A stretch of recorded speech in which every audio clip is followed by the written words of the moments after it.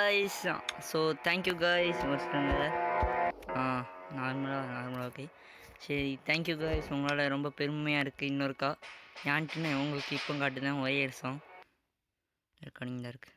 ஒரே வருஷங்க டட்டடாங். எப்படியோ நம்ம சேனல் 77 சப்ஸ்கிரைபர்ஸ் போயிருக்கு கைஸ். நான் 3 கிராணி வீடியோ போட்டேன், அதுக்கு எல்லாமே சரியான வியூஸ் கைஸ்.